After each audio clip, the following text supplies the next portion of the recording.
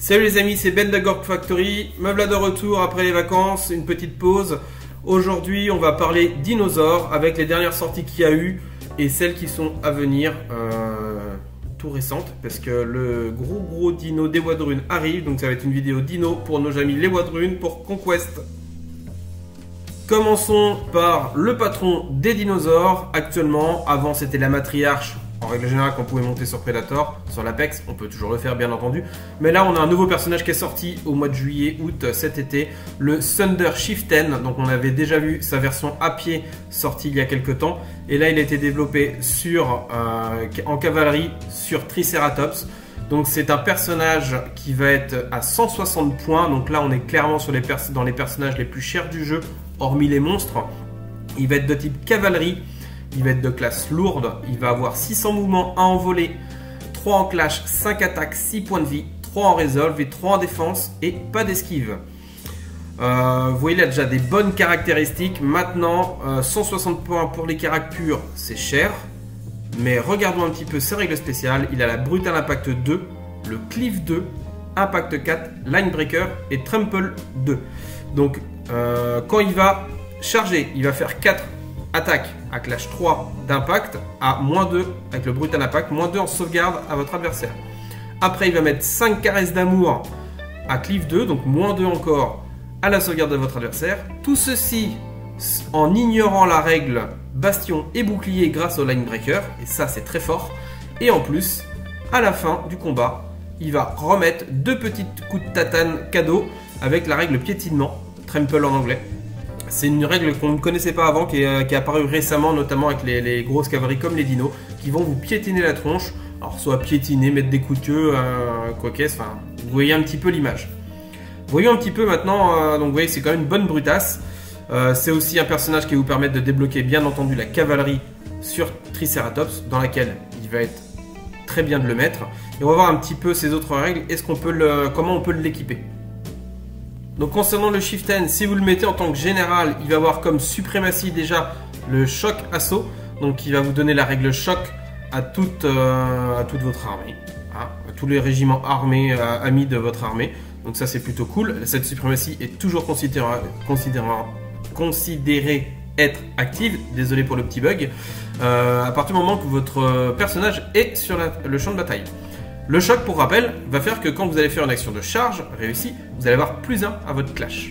Donc c'est plutôt cool, parce que notamment pour les mecs qui font des touches d'impact, leur clash est augmenté avant de taper, donc du coup leurs touches d'impact vont être améliorées grâce à ça. Et après vous aurez l'inspiration pour votre action de clash derrière. Donc ça déjà c'est un très bon point. Le Chieftain, comme son homologue à pied, a accès aux voies de la guerre. Au chemin de la guerre, vous avez le choix, soit lui prendre gratuitement le rapide déploiement qui va avoir le double time, donc pouvoir faire une 3e action de marche si jamais vous en faites 2. Donc ça c'est bien, mais pour moi c'est pas ouf, parce que la 2e est clairement bien plus violente. D'ailleurs elle porte bien son nom, c'est une action violente, la violence of action. Tout simplement ça va donner la règle fleurie au régiment qui le rejoint, donc la relance des jets pour toucher en corps à corps, et ça c'est juste fort en fait. C'est juste très fort quand vous allez le mettre sur une unité qui va avoir déjà un clash correct et surtout une létalité native comme les Triceratops qu'on va voir juste après, qui est très élevée. Bon, là on est sur du très haut niveau en termes de létalité, donc c'est ultra violent. Donc je pense que clairement on va toujours prendre la règle fleurie quand on va le prendre. Il est tellement meilleur pour moi qu'on va prendre celui-ci. Ensuite, petit avantage, le Thunder Captain aussi donne automatiquement la règle flank quand à l'unité qu'il rejoint. Le régiment de sa warband, enfin les Thunder Riders pardon, gagnent la règle flank. Il n'y a pas besoin qu'ils rejoignent l'unité. Donc ça c'est cool. Le Thunder Rider, j'en parle, je le dis tout de suite, c'est une unité mainstay pour lui. Par contre il est limité à 2. Vous ne pouvez pas faire une warband avec un Chieftain Rider et 4 x 3 ou 4 x 5 si vous voulez plaisir Triceratops, ce n'est pas possible, vous ne pourrez en mettre que 2 unités maximum, ce qui est déjà très fort d'avoir ça en unité de base, parce que derrière en autre unité qui débloque, donc en mainstay il a accès au Brave, au Blooded, au Vétéran, mais clairement on va lui prendre les Thunder Riders, et derrière en restreint il a accès au Tantor, au Qualt qui n'est pas encore sorti, et au Raptor Rider. Donc vous pouvez vous faire une warband de dino avec le patron sur Triceratops, escorté de 2 unités de Thunder Riders, et en restreint un Tantor, ou même un deuxième Tantor si ça vous fait plaisir, et ou alors des Raptor Riders. Donc une petite warband. Alors par contre ça va monter très très haut en points. Vous allez voir le prix des unités derrière du Tantor et du shift des Triceratops. C'est des unités qui sont très très coûteuses, donc on va pas en sortir 15 000 dés comme ça. Mais ça donne clairement l'eau à la bouche et envie de le faire. Et moi je ne vais pas me gêner de le faire.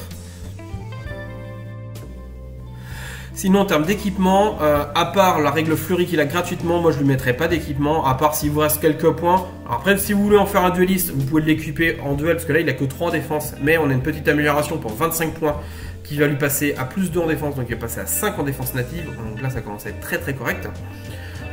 Il a aussi un petit truc pour 5 points plus 1 point de vie, donc ça on prend, si vous avez 5 points qui traînent, ça mange pas de pain de donner plus 1 point de vie à son patron. Après il a déjà une très bonne létalité de base. Les équipements vont coûter vite cher, c'est un perso qui est déjà à 160 points, donc on va vite arriver à 200, 250 points, voire un peu plus en fonction de ce que vous lui mettez. Donc moi je serais quand même un peu frileux, sachant qu'il va rejoindre une unité qui va coûter dans les mêmes eaux que lui, pour juste 3 stands. Donc ça va être une unité à grosso modo 500 points si vous équipez le personnage pour 4 stands, 4, 1 perso, plus 3 Triceratops équipés, vous arrivez à 500 points d'unité. Donc clairement ça refroidit, ça fait quand même un quart de l'armée. Pour une armée standard à 2000, à 1500 points on est à un tiers de l'armée, ça fait vraiment beaucoup.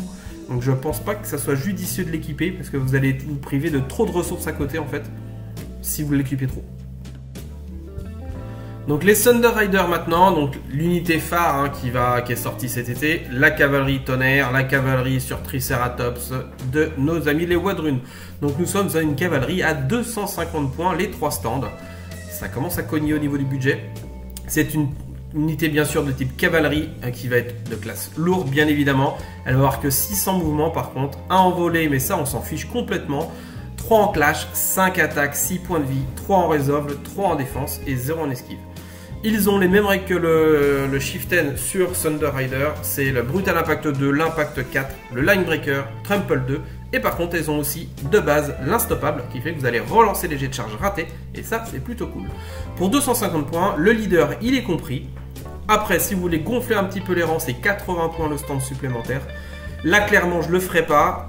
On a une unité qui va envoyer déjà 12 attaques d'impact qui vont toucher bien sûr avec la bonne combo du général qui va leur donner le choc, qui vont avoir clash 4, donc vous allez avoir 12 touches, enfin 12 jets d'attaque à clash 4 qui vont faire -2 en sauvegarde, et derrière vous allez avoir encore 15 attaques, 16 avec le leader, 2 touches de jets à faire à clash 4, relançons les 6 parce qu'ils auront clash 4 native, et relance des 6 parce qu'ils vont s'inspirer et passer à clash 5, donc clash 6 pardon, enfin clash 4 et 6 de relance, en ignorant le bouclier et la règle bastion de votre adversaire, ça commence à faire des dégâts. Et là, j'ai pas compté les attaques du général qui sera dedans. Et derrière, vous allez mettre cadeau 2 attaques par stand, 2 touches automatiques par stand, sans aucun bonus, parce que les touches de piétinement, ce sont des touches automatiques, mais qui n'ont pas d'impact, qui n'ont pas de cleave, rien que ce soit. Mais ces cadeaux, on prend, donc ça fait 6 attaques de plus. Donc l'unité à 250 points envoie, pour résumer, 12 attaques d'impact, 16 attaques de clash et encore 6 attaques de piétinement. Faites le calcul, on arrive à une trentaine d'attaques pour 3 stands, on est plutôt pas mal. Vu qu'ils enlèvent le bouclier, je vois pas beaucoup d'unités résister à cet impact là, et on rajoutera encore la dizaine d'attaques, la bonne dizaine d'attaques du Chieftain quand il est dedans. Donc là on va arriver à un volume d'attaque d'une quarantaine d'attaques en tout pour l'unité de 4 stands avec le patron. Donc c'est très létal. Maintenant il faut relativiser, ça va être une unité à 400 et quelques points avec le patron dedans, hein. Donc heureusement que c'est létal, vu le budget, on est quand même à l'équivalent de 2 géants Nords quasiment, ou d'une grosse Death Star de n'importe quelle armée, hein, dans les 400 points. Donc très bonne cavalerie, en plus un kiff de fou au niveau du modélisme d'avoir des Triceratops dans l'armée. Un petit peu d'herbivores, ça change des carnivores, mais à contrario c'est les herbivores qui font le plus d'impact, mais c'est pas étonnant, c'est les Triceratops, donc très bonne unité, et hâte de les jouer. Montons un petit peu en gamme en termes de taille de dinosaure. Maintenant, nous allons passer sur le Tantor, un Brachiosaure, un Diplodocus, enfin un énorme dino. C'est la plus grosse figurine Parabellum n'a jamais sorti et certainement un des plus gros kits plastiques sortis dans le wargame, dans le monde de la figurine. Parce que là, pour aller chercher des figurines qui font 25 cm de haut, 26 cm de haut, il n'y en a quand même pas 15 000. Donc là, on est un superbe kit plastique d'ailleurs que je suis en train de monter et je vais vous le peindre en live sur Twitch dans les jours à venir. Je finis le montage, je le sous-couche et on va attaquer ça et on va le peindre ensemble et papoter un petit peu dino en même temps. Fermons la parenthèse. Le Tantor, c'est un monstre lourd, bien entendu, qui coûte 310 points. Il va avoir 600 mouvements, pas très rapide, mais en même temps c'est normal. Hein, c'est un gros dino qui est un petit peu pâteau. Il a 2 en volée, ça on s'en fiche, il tire pas. Il a 2 en clash. Il a un petit pool de 16 attaques, donc c'est clairement la figurine qui a le plus d'attaques dans le jeu. Il a un petit pool de 26 points de vie, 3 en résolve et 3 en défense. Donc là, on a clairement la figurine qui a le plus d'attaques et la figurine qui a le plus gros tanking du jeu. 26 points de vie, c'est juste 2 fois plus que tous les monstres existants du jeu. Avec 3 en défense en plus, donc c'est pas comme s'il avait une petite défense de merde. Il a une défense plus que, enfin correcte quoi, une moyenne dans la norme de tous les monstres. Sauf qu'il a le pépère 26 points de vie. Donc ça va pas une mince affaire à descendre. Va falloir les tomber ces pèves, sachant que lui va vous répondre quand même, malgré que ce soit un gros herbivore qui aime bien bouffer des branchages. Le petit père, il a quand même Brutal Impact 2, avec Impact 6, donc il va quand même faire 6 touches d'impact à moins de la sauvegarde. Il a un petit cleave 1, mais avec 16 attaques, il va tellement saturer que le cleave 1, il va faire des trous. Le Linebreaker, qui pour rappel, comme les Triceratops, vous enlève l'événement de tirage bastion et vous enlève également la règle du bouclier. Donc le cleave 1, en fait, il est clairement compensé grâce au Linebreaker. Il a le Fearless, bien entendu. Il a le Trample 10, donc il va faire 10 touches automatiques de piétinement à la fin de ses attaques. Donc on arrive déjà à 6 touches d'impact, plus 16 attaques de clash, donc on est à 22, plus 10 touches de piétinement, on est à 32 attaques. Donc on a la figurine qui balance 32 attaques devant nous, sachant qu'il a aussi le Relentless Blow, j'arrive jamais à le dire celui-là, les coups incessants. Quand vous faites des 1 pour toucher, vous allez mettre des touches supplémentaires. En plus, le 1 va faire 2 touches. Donc avec le nombre d'attaques qu'il a, bah forcément, il va en faire 16 attaques, il va en faire des 1. En stat, vous êtes quasiment à 3 touches supplémentaires. Donc vous allez faire une moyenne de 18 attaques au final. Quasiment. Il a l'Oblivious qui va lui permettre quand même de bien tanker aussi au niveau du moral. Et le Bullywing Roar, la même règle que le T-Rex, en fait, il va suivre le culte de la conquête. Normalement, les dinos ne suivent pas de culte. Mais lui, il va suivre le culte de la conquête obligatoirement et il ne peut utiliser que les champs de la conquête. C'est bien spécifié dans cette règle-là, comme pour le T-Rex. Règle spécifique aussi pour lui, le Towering Presence. Je m'excuse pour mon accent.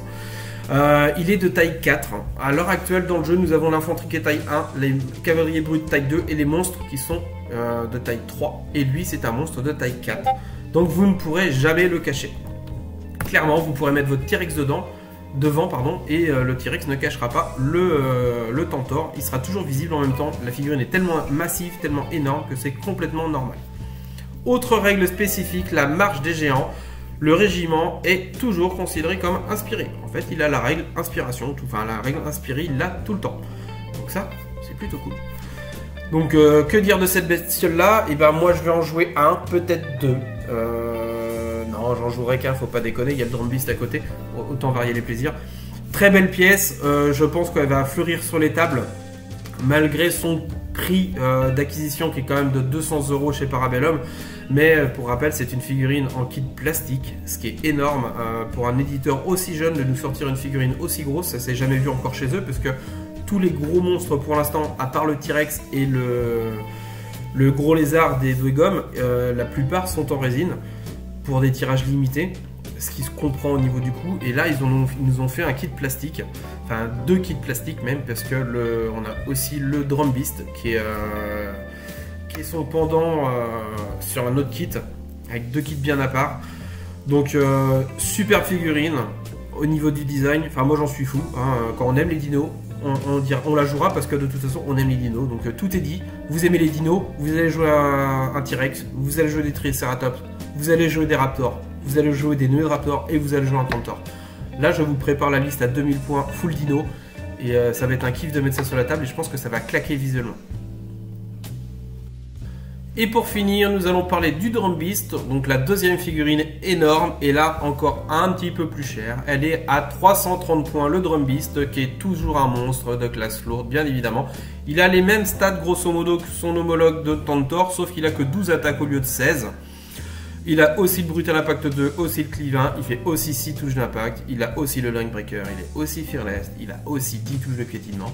Il a en plus par contre le Sound of the Drums, donc ça c'est une règle spécifique pour lui, qui est très importante. C'est d'ailleurs pour ça qu'on va prendre le Drum Beast, je pense, parce qu'il va vous faire pencher la balance en fonction de votre armée. L'Oblivious et le Bellowing Roar, qui fait qu'il est obligé de chanter dans le culte de la conquête, et il a le droit de chanter. Sa règle SP, là, le son des tambours, fait qu'en fait vous n'avez pas l'obligation de chanter.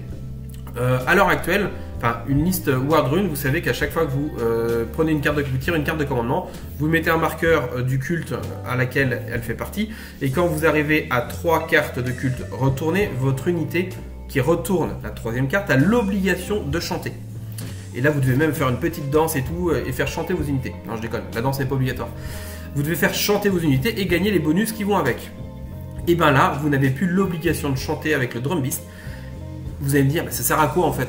Et bien ça sert tout simplement à différentes choses.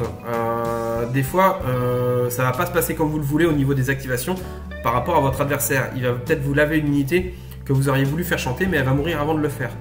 Et bien là, vous allez pouvoir stacker du coup vos marqueurs de champ, monter à 4, 5 marqueurs de champ éventuellement, et l'utiliser au moment où vous avez vraiment envie. Donc ça vous donne encore une polyvalence au niveau du champ, et surtout, ça vous donne la possibilité en fait de ne pas être prévisible. À l'heure actuelle, les chants, votre adversaire peut prévoir en fait quand est-ce que vous allez chanter, puisque vous avez l'obligation de chanter au bout de 3 cartes. Vous pouvez chanter qu'au bout de 2, mais vous avez l'obligation de le faire au bout de 3. Donc quand vous avez 2 cartes, il sait que l'unité derrière va chanter. Donc il peut essayer de l'anticiper par rapport à la physionomie de la table. Le jeu du Wardrune en fait peut s'anticiper. Clairement, on sait très bien qu'on va faire chanter nos unités d'impact, nos unités mobiles en fonction du culte qu'on veut utiliser. Donc ça, votre adversaire peut lire votre jeu en fait et savoir ce que vous allez faire et quelle unité vous allez avoir décidé d'activer dans votre deck de commandement. Et grâce à ça, et ben, ça rebat toutes les cartes parce qu'il ne peut pas du tout anticiper, parce que vous pouvez très bien faire un leurre, mettre une unité de merde pour avoir 3 marqueurs et faire chanter votre 4e unité. Et là, votre adversaire ne peut pas l'anticiper. Donc ça, c'est très bien parce que ça va permettre de nous redonner une jouabilité différente et surtout du bluff en fait au niveau de nos decks de commandement, qu'on n'avait pas un petit peu ce côté prévision. Les autres decks, on ne pouvait pas prévoir en fait ce que votre adversaire va faire. Sauf bien sûr, bon, après il y a des situations qui font que vous savez très bien qu'il va activer telle ou telle unité par rapport à une charge. Mais ce que je veux dire, c'est que vous ne pouvez pas savoir comment votre adversaire agence son deck de cartes. Là où un Wardrune, on pouvait plus ou moins savoir comment il allait agencer à peu près ses cartes, en tout cas certaines cartes où est-ce qu'elles allaient se trouver dans le deck par rapport à la pile de champ. Là, impossible de le savoir parce que grâce à ça, vous pouvez très bien attendre un petit peu en fait avant de faire chanter vos unités et du coup retarder un petit peu les champs pour que votre adversaire ne cherche pas ce qui va se passer. Et ça, c'est plutôt cool. Ça va permettre aussi, quand vous allez avoir des morts, comme je vous disais juste avant, de pouvoir faire chanter l'unité quand même. Imaginons, votre Apex, il meurt alors vous vouliez le faire chanter. Pas de bol, mes marqueurs ils vont être utilisés du coup sur mes slingers qui sont en fond de cours, que j'avais mis derrière. Et bah là ça casse tout parce que j'en avais pas du tout besoin de faire chanter les slingers, parce qu'on s'en fout de faire chanter les slingers en règle générale. Par contre, je vais pouvoir garder mes cartes de champ, quitte à stacker 4-5 cartes pour aller faire chanter mes Warbrods qui eux vont pouvoir, qui sont déjà engagés au corps à corps et qui eux vont bénéficier du coup des règles de champ. Donc ça c'est quand même très très bien parce que c'est vrai que moi ça m'est déjà arrivé plusieurs fois où alors des fois tout simplement vous inversez 2 cartes et ça va casser tout votre séquençage. Parce que pour rappel, quand vous faites votre deck de commandement, vous êtes obligé en tant que Wardrune de prendre en compte vos champs et du coup des fois de mettre un certain ordre pour avoir le champ au bon moment. Et ça, vous allez avoir moins ce syndrome là de je mets cette unité là par dépit parce que je veux avoir mes marqueurs de champ pour faire chanter l'autre unité qui va être meilleure avec ces champs là. Grâce à la règle du Drum Beast, on n'a plus trop ce côté là et ça va donner plus de souplesse en fait au niveau de votre deck de commandement. Et ça c'est plutôt cool. Petite règle aussi que précision, le Drum Beast bien entendu est aussi de taille 4. Je ne l'avais pas précisé pour le Tantor, mais il peut être monté par un Chieftain à pied. Pour 5 points vous pouvez le faire monter sur un Tantor. ça peut être cool. Le Drum Beast, lui aussi de taille 4 bien entendu, est aussi toujours considéré comme étant inspiré et est limité à un seul Drum Beast par Warband. Là où vous pouvez avoir plusieurs Tentors, le Drum Beast lui est limité à un seul par Warband. Allez, pour finir, je me suis quand même fait vite fait là en 2 minutes une petite liste à thème dinosaures avec toutes ces nouveautés. Donc on va mettre un Thunder Chieftain à 160 points en première Warband auquel on va rattacher 2 unités de 3 Thunder Rider, une unité de Raptor Rider et un Tentor. Ensuite, derrière, vous allez prendre un Predator auquel vous allez mettre 2 Hunting Pack et un Raptor Rider et un Apex Predator. Bien entendu, le Predator va monter sur son Apex.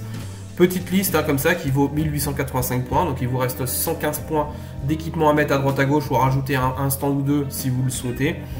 Là je l'ai vraiment fait en 3 minutes, en fait c'est pendant que je tournais la vidéo, je me dis allez je fais une petite liste pour voir ce que ça donne. C'est surtout pour voir la première Warband en fait, et vous avez la première Warband avec les Thunder Rider et le Chieftain qui vaut déjà 1160 points. Donc pour un Thunder Chieftain, 2 unités de Thunder Rider, une unité de Raptor Rider et un Tentor, vous êtes déjà à 1160 points. Donc vous avez plus de la moitié de votre liste là-dedans. Donc je sais pas si c'est judicieux d'aller chercher une deuxième Warband avec que du dino, mais moi ça me fait trop kiffer, donc clairement je vais le faire. Et je suis pas sûr que ça soit si nul que ça en fait sur table, mais ça va tellement avoir la classe que je le testerai. Donc voilà, je vous laisse là-dessus, je vous laisse réfléchir à ce que vous pourriez faire avec tous ces petits dinos. En tout cas moi je suis super content de pouvoir avoir enfin ce qu'il faut en termes d'unités chez nos amis les Wadrun, et ça va me redonner envie de les jouer clairement, parce que c'est vrai que vous avez pu voir sur les rapports de bataille depuis quelques semaines, quelques mois, j'ai joué beaucoup plus les Nords, mes Old Dominions et mes 100k que mes Wadrun. Il y a longtemps que je les ai pas sortis. J'attendais vraiment clairement ces sorties là en fait pour me remotiver, et là ça m'a remotivé, donc je suis en plein montage et continuage de peinture de Wadrun, donc je vais peut-être même d'ailleurs tout faire en live pour me motiver, discuter un petit peu sur nos amis les sauvages, les Wadrun. Ça peut être cool, je vais essayer de planifier ça là, une ou 2 séances par semaine pour me motiver à finir de peindre l'armée, parce que j'ai beaucoup de figurines encore à peindre chez eux. À l'heure actuelle, je n'ai que 1500 points de figues peintes en Wadrun, là où je suis déjà à quasi 3000 points chez mes 100k, et j'ai dû passer les 2000 en ordre. Donc, alors que les Wadrun c'est mon armée de cœur clairement, et c'est ma première armée, donc vilain Benoît. On va remédier à ça, donc je vous donne très vite, je vous dis à très vite sur la chaîne, sur Twitch, pour attaquer tout ça et compléter l'armée. Allez, à plus pour une prochaine vidéo.